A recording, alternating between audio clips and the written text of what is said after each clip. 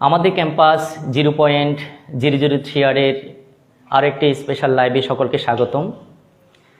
যেখান থেকে আমাদের লাইভটি দেখছো প্রত্যেকের প্রতি অশেষ কৃতজ্ঞতা। এবং আজকের লাইভে আমরা হাই স্কুলের ক্লাস 8, 9, 10 যারা পড়ছো অর্থাৎ এসএসসি প্লাস জিএসসি তাদের প্রত্যেকের জন্য স্পেশাল গুরুত্বপূর্ণ একটা টপিক পৃথিবী ও মহাকর্ষ, এই কনসেপ্টের উপর আমরা এক্সপ্লেন করার চেষ্টা করব। এবং যারা লাইভটি দেখছো পরবর্তীতে লাইভটা শেষ হওয়ার পরেও যারা দেখবে তাদের প্রত্যেককে অনুরোধ জানাবো আমাদের লাইভটি শেয়ার করার জন্য, যাতে করে আরও বাকি স্টুডেন্ট যারা আছে বা যাদের এই কনসেপ্টের উপর বিশেষ দুর্বলতা আছে তারা যাতে আমাদের লাইভটি দেখতে পারে। এবং আশা করি লাইভটি শেষ হওয়ার সাথে সাথে তোমরা পৃথিবী এবং মহাকর্ষ, পাশাপাশি আমি অভিকর্ষটা নিয়েও আলোচনা করব। এবং ক্লাস 8-এর একটা অধ্যায় কিন্তু অলরেডি রয়েছে পৃথিবী ও মহাকর্ষ। 9, 10 যারা আছো তাদের জন্য তো এটা অবশ্যম্ভাবী লাগবে। শুধুমাত্র সায়েন্স পড়লেই যে পৃথিবী ও মহাকর্ষ সম্পর্কে জানতে হবে এমনটা কথা নয়। যারা পাশাপাশি অন্যান্য গ্রুপে আছো আর্টস, কমার্স, তাদের জন্য কিন্তু এটা ভীষণ রকমের প্রয়োজনীয়। শিক্ষার্থী বন্ধুরা, আজকের লাইভের ক্লাসটি শুরু করার আগে আমরা আমার পার্সোনালি ছোট্টবেলার একটা প্রশ্ন দিয়ে শুরু করতে চাই। ছোটবেলায় প্রথম যখন আমি জানলাম যে আমরা পৃথিবীর বাহিরে আছি, খুব সম্ভবত ক্লাস 4-এ আমি প্রথমবার শুনেছিলাম যে আমরা পৃথিবীর বাহিরে অবস্থান করছি। এটা যদি পৃথিবী হয়, ধরে নাও এটা একটা পৃথিবী, এই পৃথিবীর ভিতরে কিন্তু আমরা নেই। যদিও বিশ্বাস করতে কষ্ট হচ্ছে, যারা লাইভটি দেখছো অনেকের কাছে মনে হতে পারে এটা সম্পূর্ণ মিথ্যা, তাদের জ্ঞাতার্থে বলছি আসলে আমরা পৃথিবীর ভিতরে কিন্তু নেই। আমরা পৃথিবীর বাহিরে বিভিন্ন পৃষ্ঠে আমরা অবস্থান করছি, এই জায়গাগুলোতে আমরা অবস্থান করছি, ঠিক আছে। আর পৃথিবীর ভিতরে তো থাকাই সম্ভব নয়, কারণ পৃথিবীর ভিতরে কি রয়েছে আমরা সকলেই জানি, মাটি, পানি, বিভিন্ন খনিজ সম্পদ, গ্যাস, ইত্যাদি রয়েছে। অর্থাৎ পৃথিবীর ভিতরে কোনো প্রাণ টিকে থাকা সম্ভব নয়, স্পেশালি মানুষ তো থাকবেই না। যখন এই তথ্যটা আমি প্রথম ক্লাস 4-এ জানলাম, আসলে তখন হয়তো বিশ্বাস করতাম না, শুধু পড়ার সাথেই পড়া যে আমরা পৃথিবীর বাইরে আছি। কিন্তু কিভাবে আছি, কেন আছি, আমরা পড়ে যাচ্ছি না কেন।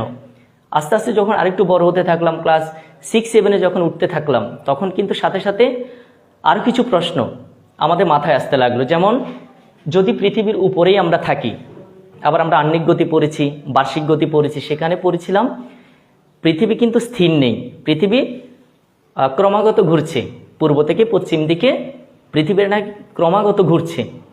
যদি ঘুরতেই থাকে, আমি যদি এখানেই থাকি, সাপোজ আমি এই জায়গাটাতে আছি, আমি পৃথিবীর উপর আছি, পৃথিবীটা যদি ঘুরতে ঘুরতে ঘুরতে ঘুরতে একটা সময় এই প্রান্তটা, এই যে জায়গাটা মনে করো সেই জায়গাটা নিচে চলে আসলো এবং আমি ঠিক এই প্রান্তে চলে আসলাম, তাহলে আমি পড়ে যাচ্ছি না কেন? এই ধরনের নানাবিধ প্রশ্ন ওকে দিতে লাগলো। যখন 6, 7 উঠলাম, যে পৃথিবী যদি ঘুরতেই থাকে, তাহলে আমি যদি পৃথিবীর উপরে প্রান্তে থাকি, একটা সময় পৃথিবী ঘুরতে ঘুরতে নিচে আসার কথা, আমার টুপ করে পড়ে যাওয়ার কথা, পড়ে গেলে আমি কোথায় পড়ে যাব? এই ধরনের নানাবিধ প্রশ্ন এখন তোমরা যারা ক্লাস 6, 7-এ আছো তাদের মাথায় আসছে। 8, 9, 10-এ যারা আছো তারা হয়তো এই সমস্ত প্রশ্নগুলোকে স্কিপ করে চলে যাচ্ছ, হয়তো টিচারদের কাছে প্রশ্ন করার সাহস পাচ্ছ না। আজকের লাইভে সমস্ত উত্তর তোমরা পেয়ে যাবে। তো দেখো, যখন আমরা ক্লাস 8 উঠলাম, এই প্রশ্নগুলোর উত্তর কিন্তু আমরা পাইনি, কখনো স্যারকেও প্রশ্ন করিনি। যখন ক্লাস 8 উঠলাম এবং পৃথিবী ও মহাকর্ষ নামক যে অধ্যায়টি, সেখানে আস্তে আস্তে আমরা উত্তরগুলা পেতে শুরু করলাম এবং পুরো কনসেপ্টটা ক্লিয়ার হতে থাকলো। পৃথিবী ও মহাকর্ষের এই প্রশ্নগুলো, আসলে এই জ্ঞানটা এত বেশি বিশাল, একজন মানুষের পক্ষে হয়তো এর রহস্য এবং সম্পূর্ণ পরিধিটা কি আয়ত্ত করা কখনোই সম্ভব না, এটা পসিবল না। এরপরও জানার জন্য জানা, যতটুকু আমাদের স্টাডিতে লাগে, ভালো একটা রেজাল্ট করার জন্য যতটুকু আমাদের প্রয়োজনীয়, ঠিক ততটুকু তো অন্তত আমাদের আয়ত্ত করে রাখতে হবে। এখন এইটি যখন উঠলাম ক্লাস 8-এ, তখন আমরা নিউটনের মহাকর্ষীয় সূত্র নামে একটা সূত্রের কথা জানতে পারলাম।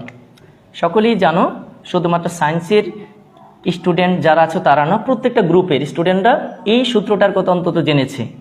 নিউটনের মহাকর্ষীয় সূত্র খুবই ইম্পর্টেন্ট এবং ভাইটাল, প্রত্যেকটি স্টুডেন্টের এটা জানা দরকার। বিজ্ঞানী নিউটনের মহাকর্ষীয় সূত্র নামে একটা সূত্র আছে এবং এই সূত্রটা এতটাই মারাত্মক, এতটাই প্রভাব বিস্তার করেছে। এই সূত্রটা যখন আবিষ্কৃত হয়, প্রতিষ্ঠা লাভ করে, তখন পুরো বিশ্ব হইচই পড়ে যায়। বিজ্ঞানী নিউটন কিন্তু এই সূত্রের মাধ্যমে উঠেছিল। এই সূত্রটা কি আমরা সেটাও জানব। এখন এই সূত্রটার গভীরে ঢোকার আগে আমাদের আরও কিছু প্রশ্নের উত্তর খোঁজার একটু চেষ্টা করা দরকার। যেমন ধরো, এই যে আমি এখানে আছি, ঠিক আমি এখানে দাঁড়িয়ে আছি, এখন প্লুরে আছি। আমি কেন প্লুরের উপর দাঁড়িয়ে থাকলাম? কেন আমি প্লুর থেকে ছিটকে যাচ্ছি না? ঠিক এই প্রশ্নের মতো, কেন আমি পড়ে যাচ্ছি না? আমি যদি লাফাতে চেষ্টা করি, আমি এখন যদি এই মুহূর্তে লাফ দিয়ে আকাশে ওঠার চেষ্টা করি, কোনোভাবেই এটা পসিবল না। কিছু দূর হয়তো আমি উপরে উঠতে থাকবো, কিছুটুকু হয়তো উপরে উঠতে পারবো, কিন্তু পুনরায় আমি আবার মাটিতেই পতিত হব। অর্থাৎ এক অদ্ভুত শক্তি আমাকে পৃথিবী টানছে, একটা অদ্ভুত শক্তির মাধ্যমে পৃথিবী আমাকে টানছে। এরপর ধরো আমি এই মার্কার, আমার হাতে যে মার্কারটা আছে, এটাকে যদি আমি উপরে ছুঁড়ে ফেলার চেষ্টা করি, অর্থাৎ আমি এটাকে অনেক দূরে নিয়ে যাব, আমার পক্ষে সম্ভব না, কারণ একটা সময় এটা আবার নিচের দিকে চলে আসবে। তাহলে বুঝে নিলাম যে এই মার্কারটাকেও পৃথিবী একটা আকর্ষণ শক্তির মাধ্যমে টানছে। এই আকর্ষণ শক্তির নামই হচ্ছে মূলত মহাকর্ষ। আমাদের আজকের যে কনসেপ্ট পৃথিবী ও মহাকর্ষ, তার মধ্যে মহাকর্ষ যে শব্দটা, মহা আকর্ষ, এই মহাকর্ষটাই মূলত আমি এখন বললাম যে পৃথিবী যে আকর্ষণের মাধ্যমে আমাদেরকে তার কাছে টানছে, সেটাই মূলত মহাকর্ষ। এখন শুধু কি পৃথিবী আমাদের টানছে? পৃথিবী কি শুধু আমাকে টানে? এই যে আমি পৃথিবীর মধ্যে আটকে আছি, শুধু কি পৃথিবী আমাকে টানছে, বা আমাকে অন্য কোনো বস্তু টানবে কিনা? এবং এই বিষয়টা আমরা জানতে পারলাম বিজ্ঞানী নিউটনের মহাকর্ষ সূত্রের মাধ্যমে। বিজ্ঞানী নিউটন সর্বপ্রথম এই বিষয়টির উপর পরিষ্কার একটা ধারণা দেয় যে পৃথিবীর প্রত্যেকটা বস্তুকণা একে অপরকে নিজের দিকে টানবে। এই মার্কারটা যেমন আমাকে টানছে, মার্কারটাকে আবার পৃথিবী টানছে, আমি মার্কারকে টানছি, আবার মার্কার পৃথিবীকে টানছে। অর্থাৎ আমাদের আশেপাশে আমরা যত বস্তুকণা দেখি, বস্তু জগতের যত বস্তু আমরা দেখি, প্রত্যেকটা বস্তুকণা একে অপরকে নিজের দিকে টানছে। এই যে বোর্ডটা আছে আমার এখানে, যে বোর্ডটা আমি টাঙিয়ে রেখেছি, প্যারাক দিয়ে লাগিয়ে রেখেছি, এই বোর্ডটাও কিন্তু পৃথিবীকে টানছে, বোর্ডটা আমাকেও টানছে। যে মোবাইলের মাধ্যমে আমি রেকর্ড করছি, সেই মোবাইলটাও আমাকে টানছে। অর্থাৎ প্রত্যেকটা বস্তুকণা একে অপরকে টানবে, এবং এটাই চিরন্তন সত্য, এটাকে কোনোভাবে ডিনাই করা চলবে না, এবং বিজ্ঞানী নিউটন এটা প্রমাণ করেছে। তাহলে আমরা মহাকর্ষ কি, যদি পরীক্ষাতে প্রশ্ন হয় মহাকর্ষ কি, এটার এক কথায় উত্তর আমরা কি দিতে পারি? যে পৃথিবীর প্রত্যেকটা বস্তুকণা একে অপরকে নিজের দিকে আকর্ষণ করে, এই আকর্ষণকে বলা হয় মহাকর্ষ। আমি একটু আগেই অনেকগুলো এক্সাম্পল দিয়েছি, প্রত্যেকটা বস্তুকণা একে অপরকে টানছে, এটাই সত্য। এই যে আকর্ষণ, সেটাই মহাকর্ষ। আমরা ছোটবেলায় যে বিষয়টা বেশি রিয়ালাইজ করতাম, সেটা হচ্ছে চুম্বকের আকর্ষণটা। হ্যাঁ, আওয়াজ করবা না। চুম্বকের আকর্ষণ, অর্থাৎ দুইটা চুম্বককে যখন আমরা একসাথে রাখি অ্যাট এ টাইম, একটু কাছাকাছি আনলে দেখি যে একটা চুম্বক অন্য একটা চুম্বককে টানছে। একটা চুম্বকের সাথে যদি আমরা একটা লোহার সংস্পর্শে নিয়ে আসি, লোহা চুম্বককে টানছে। কিন্তু আমরা এই বোর্ড এবং পৃথিবীর আকর্ষণ, আমার এবং পৃথিবীর আকর্ষণ, মোবাইল আমার আকর্ষণ, মোবাইল এই বিল্ডিংয়ের আকর্ষণ, এগুলো হয়তো আমরা দেখতে পাই না, কিন্তু চাইলে আমরা ফিল করতে পারি। আর আকর্ষণ করছি বলেই কিন্তু এরা পৃথিবীর সাথেই লেগে আছে। ঠিক আছে? তো আমরা মহাকর্ষের সঠিক এবং সুন্দর একটা সংজ্ঞা কি দিতে পারি? পৃথিবীর যে কোনো দুটি বস্তুর আকর্ষণকে মহাকর্ষ বলে। অভিকর্ষটাও আমরা শিখবো আস্তে আস্তে, সবগুলো বিষয় আজকে ক্লিয়ার করবো। যদি কারেন্ট থাকে আমরা প্রত্যেকটা কনসেপ্ট নিয়ে খুব ইন ডিটেল আলোচনা করার চেষ্টা করব। তাহলে মহাকর্ষটা কি? পৃথিবীর যে কোনো দুটি বস্তুকণার মধ্যে যে আকর্ষণ, সেটা হচ্ছে মহাকর্ষ। আর অভিকর্ষ যেটা, সেটা হচ্ছে যদি দুটি বস্তুকণার মধ্যে একটা পৃথিবী হয়। মনে করো আমরা একটা চিত্র এঁকে বোঝালে মনে হয় তোমাদের অনেক দিন মনে থাকবে। আমরা একটা চিত্র আঁকার চেষ্টা করি। মহাকর্ষ নিয়ে একটু বলি আগে। মনে করি এটা একটা বস্তু, এটা একটা বস্তু, এটা একটা বস্তু, এটা একটা বস্তু। বিজ্ঞানী নিউটনের যে মহাকর্ষ সূত্র সেটা কিন্তু প্রমাণ করে এখানে যে চারটা বস্তু আমি আঁকলাম চারটাকে আকর্ষণ করে। এই বড় বস্তুটা যেরকম এটাকে আকর্ষণ করছে, এটাকে আকর্ষণ করছে, একই সাথে এটাকে আকর্ষণ করছে। আবার এই ছোট বস্তুটা একে আকর্ষণ করছে, একে আকর্ষণ করছে, একে আকর্ষণ করছে। আবার এই বস্তুটা এই বাকি তিনটাকে আকর্ষণ করছে। অর্থাৎ কোনো বস্তু কারো আকর্ষণ থেকে বাদ যাচ্ছে না, সেটা ছোট হোক অথবা বড় হোক। বড় বস্তুর আকর্ষণটা বেশি হবে, ছোট বস্তুর আকর্ষণটা কম হবে, এটাই স্বাভাবিক।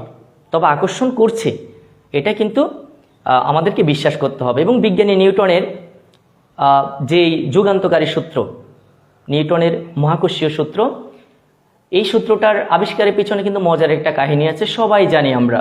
স্পেশালি শুধু সায়েন্সের স্টুডেন্ট নয়, কমার্স আর্টসে যারা পড়ছো, ক্লাস 7, 8 যারা পড়ছো, তারাও কিন্তু মোটামুটি সকলেই জানো যে বিজ্ঞানী নিউটনের মজার একটা সূত্র কিন্তু আছে, মজার একটা ঘটনা আছে। বিজ্ঞানী নিউটন একদিন সে নাকি একটা আপেল বাগানে বসে আছে, হঠাৎ করে আপেল গাছ থেকে একটা আপেল তার মাথায় পড়লো।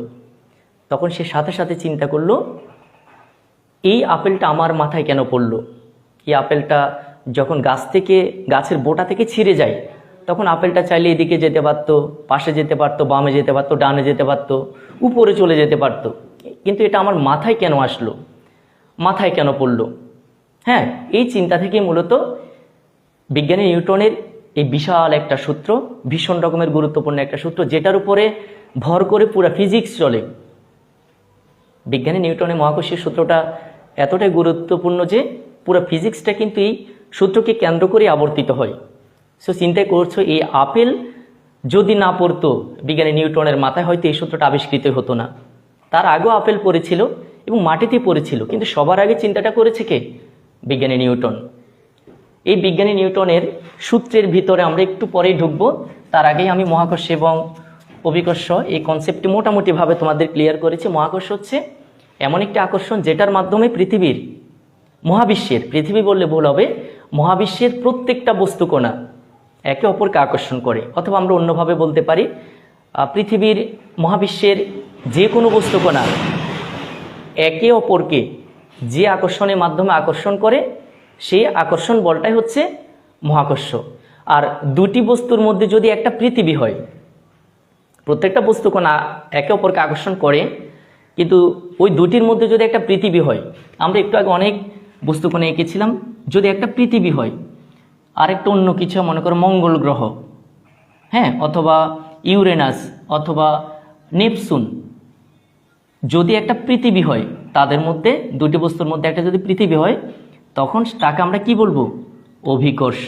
তাহলে অভিকর্ষ কনসেপ্টটি মোটামুটি ছোট এবং খুবই সহজ। মহাকর্ষ বিষয়টা একটু কমপ্লেক্সিভ, এবং আশা করি বুঝে গিয়েছো যে প্রত্যেকটা বস্তুকণা একে অপরকে আকর্ষণ করে, তাদের মধ্যে যে আকর্ষণ সেটা হচ্ছে মহাকর্ষ। এবং দুটি বস্তুর মধ্যে যদি একটা পৃথিবী হয়, তখন সেটাকে আমরা কি বলবো? অভিকর্ষ। খুব সহজ, দুটি বস্তুর আকর্ষণ মহাকর্ষ, দুটি বস্তুর মধ্যে যদি একটা পৃথিবী হয়, আমাদের পৃথিবী, আমরা যেখানে দাঁড়িয়ে আছি, এই পৃথিবীটা হয়, তখন সেটাকে বলবো অভিকর্ষ। এখন বিজ্ঞানী নিউটনের সেই সূত্রটা কি ছিল, যার উপর ভর করে যে আমি এতগুলো কথা বললাম? এসব কথা কিন্তু বিজ্ঞানী নিউটন না জন্মালে হয়তো আমরা বলতে পারতাম না। এই বিজ্ঞানী নিউটনের সূত্রটা কি ছিল, এখন আমরা সেই বিষয়টি একটু ক্লিয়ার করব। বিজ্ঞানী নিউটনের সূত্র।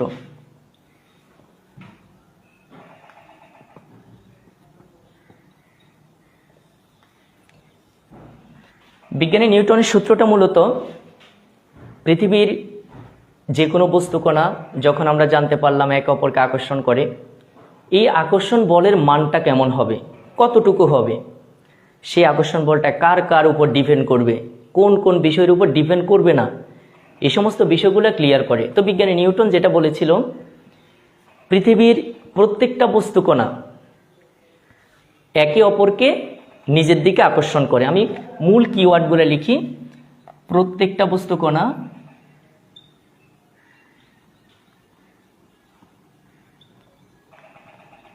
একে অপরকে আকর্ষণ করে। পৃথিবীর প্রত্যেকটা বস্তুকণা একে অপরকে আকর্ষণ করে। এই আকর্ষণ বলের মান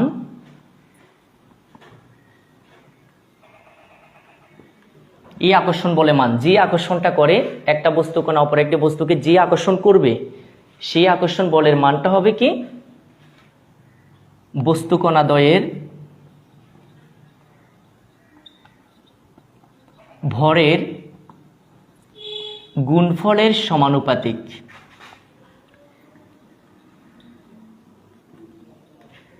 এবং দূরত্বের বর্গের ব্যস্তানুপাতিক। ঠিক আছে, এটা হচ্ছে মূল সূত্র। আরও কথা আছে, বিজ্ঞান নিউটন এই লাইনগুলোর সাথে আরও দুই একটা লাইন অ্যাড করেছে। আমরা মূল যে থিমটা, এই সূত্রের মূল যে মেকানিজম, মূল যে থিম, সেটা জানার চেষ্টা করব।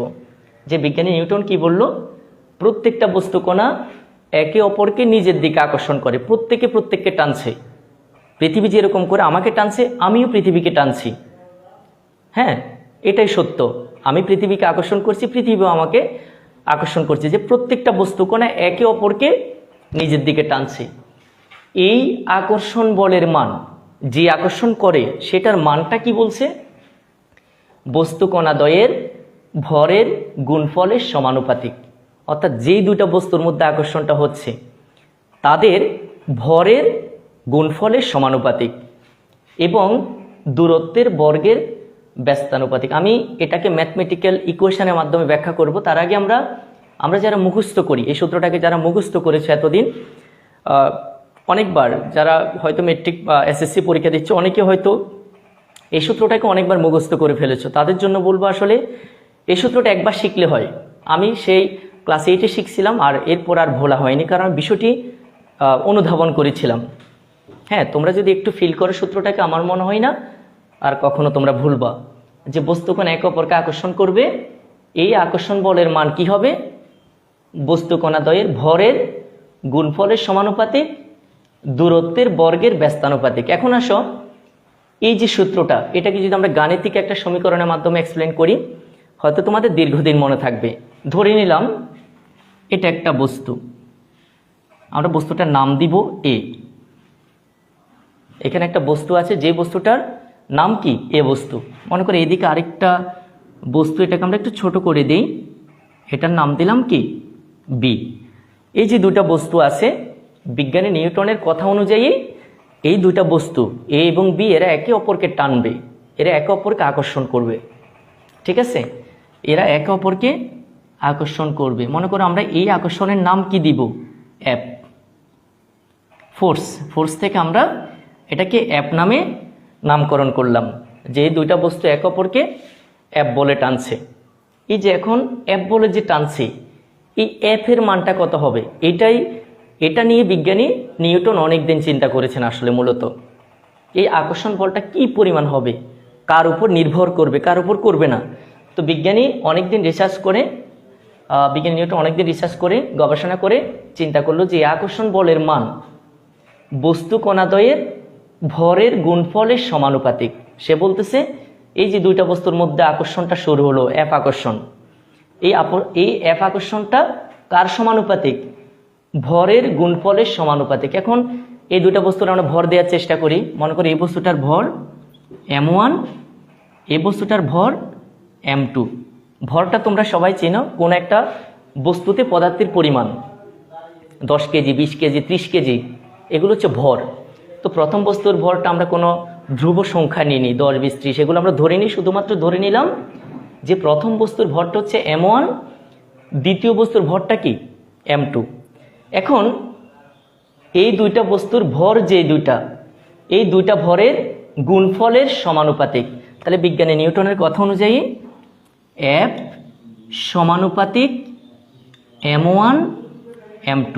অবশ্যই এটার এই দুইটা ভরের মাঝখানে গুণ চিহ্ন আছে, কোনো চিহ্ন না দেওয়ার অর্থ গুণ। m1 এবং m2 কি আকার আছে, এখন গুণ আকার আছে। তাহলে বিজ্ঞানী নিউটনের যে মূল সূত্র, সেখানে বলা আছে যে প্রত্যেকটা বস্তু একে অপরকে আকর্ষণ করবে।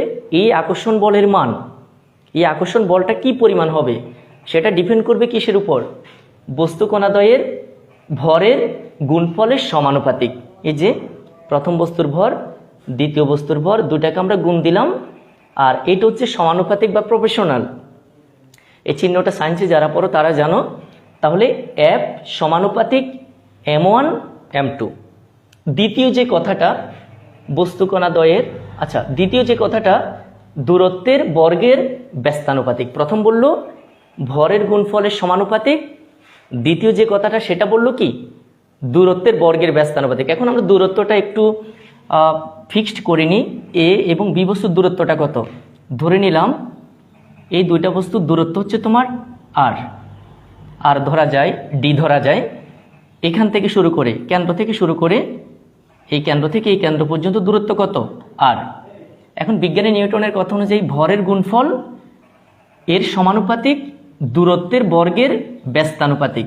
তো ব্যস্তানুপাতিকটা কিভাবে, শব্দটা শুনেই তোমাদের অনেকের কাছে কনফিউশন হতে পারে। ব্যস্ত অনুপাত, সমান অনুপাত, সমানুপাতিক উপরে দিলে হয় ব্যস্ত অনুপাত, সেটার একটা ব্যস্ত রাশি হবে অর্থাৎ নিচে হবে দূরত্বের বর্গ। তাহলে আমরা দূরত্বটা যেহেতু আর ধরেছি এটা হবে কি আর স্কোয়ার। এটাই মূলত বিজ্ঞানী নিউটনের মূল সূত্র, গাণিতিক ফর্ম। তাহলে আমরা এই সূত্রটাকে আরেকবার, তোমরা তো মোটামুটি বুঝেছো আশা করি, এটাকে আরেকবার আমরা সামারাইজ করি। বিজ্ঞানী নিউটন বলেছে পৃথিবীর যত বস্তু আছে, মহাবিশ্বের যত বস্তু আছে প্রত্যেককে আকর্ষণ করে। আর এই আকর্ষণ বলের মান বস্তুকণাদ্বয়ের ভরের গুণফলের সমানুপাতিক। আকর্ষণ বলের মান F, বস্তুকণাদ্বয়ের ভর M1 এবং M2 ছিল, দুটাকে গুণ করে এই যে M1 গুণ M2 সমানুপাতিক লিখলাম।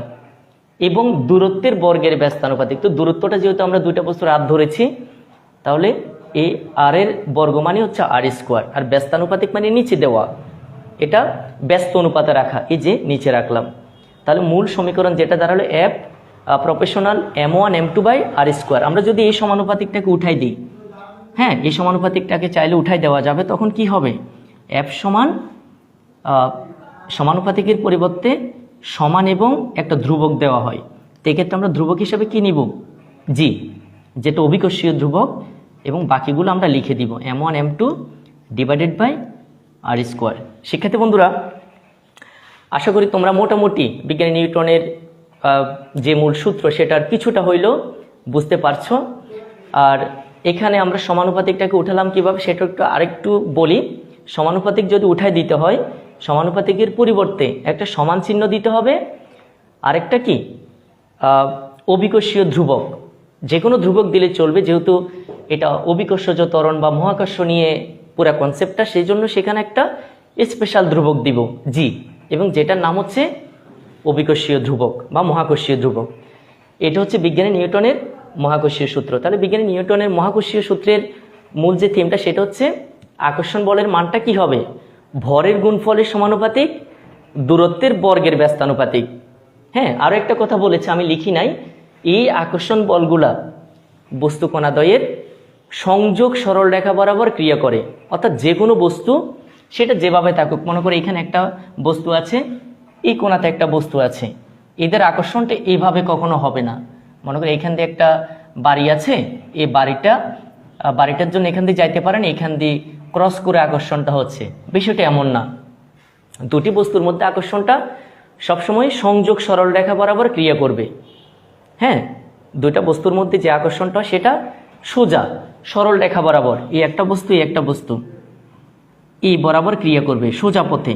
এখানে যদি কোন একটা কিছু থাকে, আকর্ষণটা এখান দিয়ে আসে এখান দিয়ে ভাবে কাজ করবে না, এটা সরল পথেই কাজ করবে। আশা করি তোমরা বিজ্ঞান নিউটনের মহাকর্ষীয় সূত্র, মহাকর্ষ এবং অভিকর্ষ পুরো কনসেপ্টটিতে ক্লিয়ার হয়েছে।